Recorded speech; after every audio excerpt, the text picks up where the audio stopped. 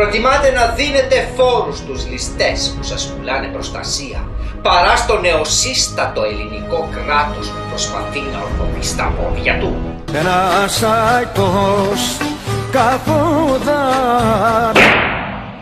Ρε ζουλάπια! Μεγάλη Παρασκευή σήμερα, ωραία, και εσείς γλεντοκοπάτε! Πες τρουβλάκι, αρχηγέ. Δεν θέλω, νηστεύω.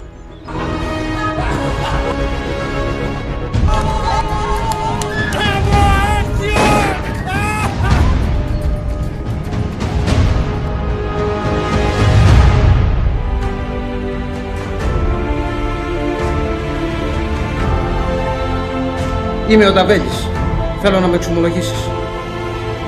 Κύριε, το κεφάλι μιλάει.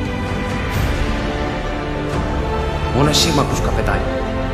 Γιατί σαφώς